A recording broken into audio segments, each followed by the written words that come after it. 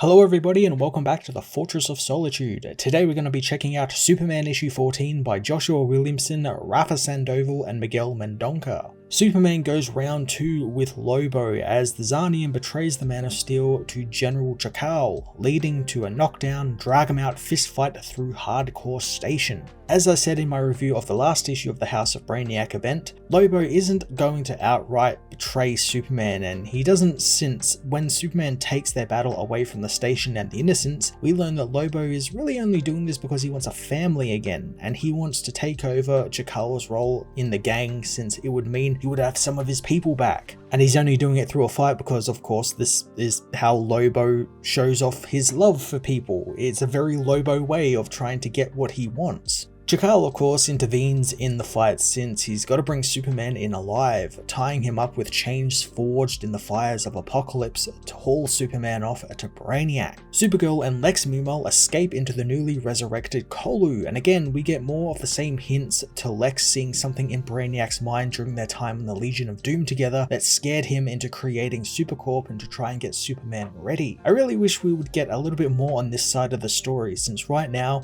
we are only ever getting the same thing over and over again. Lex saw something, it scared him, and now he began Supercorp. And we've gotten that in the last 3 or 4 issues. Even before the event started, there was hints at that actually happening through dialogue in some stuff with Brainiac and Lex early on in the event. Of course, logic dictates that the thing Lex saw was the Brainiac Queen, or at least the formation of that idea in Brainiac's head. The idea of, family and love, and him getting that and understanding that and collecting that knowledge, it scared Lex. But I don't know why Williamson is playing so coy with it unless there is some big third act twist happening that he should probably hint at a bit better, just because right now it's, as I'm saying it right now, he's just hinting at this just being about the Brainiac Queen and nothing really else. Lex and Supergirl are soon attacked by Brainiac and his drones, but before they can be killed, the duo are saved by Vril Dox and his mother, who we actually saw just last week in Action Comics. I'm glad they're actually getting involved in the mainline story event here, but it's a little bit weird since in that story, the whole idea was Brainiac was capturing all of his family, all the family that exists, and he was seemingly going to experiment on them or try and figure out why they are not like him. Yet here they're just kind of freed and helping Lex and Supergirl and seemingly running around. They've got guns and everything and kind of fighting like they're like some sort of rebellion or resistance. It's very strange that we would just kind of sidestep over this huge bit of story where they would break out of prison or seemingly break out of prison, but we don't get any of that sort of stuff. So it's very strange that we just kind of sidestepped over that, and we're not going to get anything more on that, I don't think, because there isn't any more specials unless it's like a backup in the next Action Comics. But it's very strange to tell us the lead up to the story after you've already told us what the outcome of that story would be. So it's very strange how they're doing this. That aside, Vril and his mother free Supergirl and Lex and flee into Kolu City as we get to see what else Brainiac has been up to with the other super people, finding that he has stripped Metallo down to his skeleton and is using his and Henshaw's tech to reinforce his machines. That is a pretty grim fate for Metallo, especially since he was on the path to redemption, but I do like again that Williamson is respecting other writers' stories. In this case, Philip Kennedy Johnson, what he did with Metallo, who was then rebuilt by Cyborg Superman, and because of that, it's why he's important to Brainiac, since he has extra tech in him that he didn't know about. The other multiversal Brainiacs also have a role here, as the Prime Brainiac reveals that he gathered them all since they need their mental energies to help shape the unimaginable power he will be gathering from the other superheroes and the recently captured Superman, who was brought into the Skull Ship by Lobo and Chakal. Brainiac's own evolution is put on display here as he's realized that Superman's true strength comes from his family and those he loves, and Brainiac has figured out how to weaponize that. This is the culmination of that realization Brainiac has been dealing with, that love is the greatest superpower, and he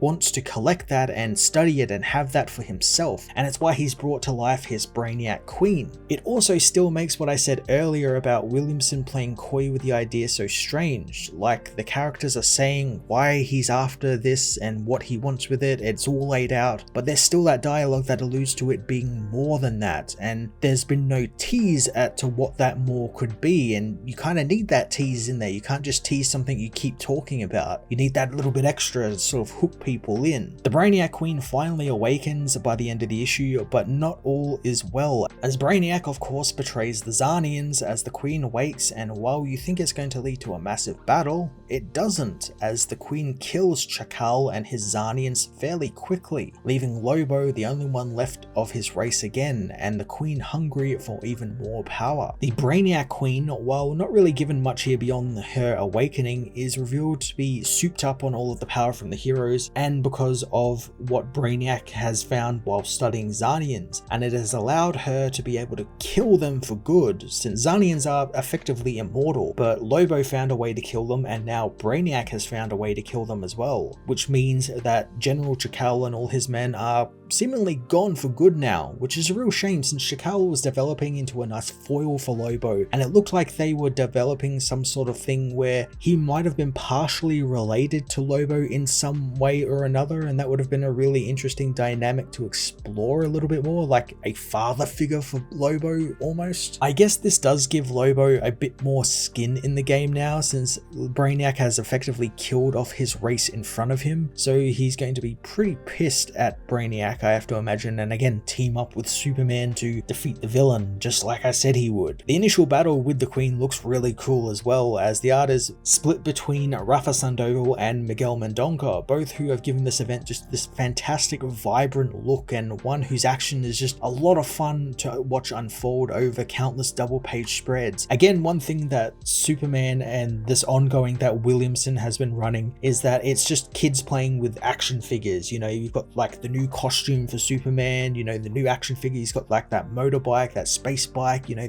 all the accessories, and we're just clashing them together, and that's what, you know, comics should be. They should be fun and stuff like that, and remind you of like playing with action figures, and that's what this run has been first and foremost, with all of its different costumes for Superman, all the different villains he's been fighting. It's like a Saturday morning cartoon, or you know, you're playing outside with your siblings or friends with your action figures. It's just been great. The House of Brainiac's story shifts as the Brainiac Queen is finally born, and Brainiac's plans for Kolu, the Superman family, and the Lobo family move into its final stages. I've thoroughly enjoyed the scale and spectacle Williamson and his art team have brought to this event, and I can't wait to see where the story goes in the back half of the event, as well as this lead up to Absolute Power, since Brainiac and the Brainiac Queen are sticking around after this event. I'm going to give this issue a 9 out of 10.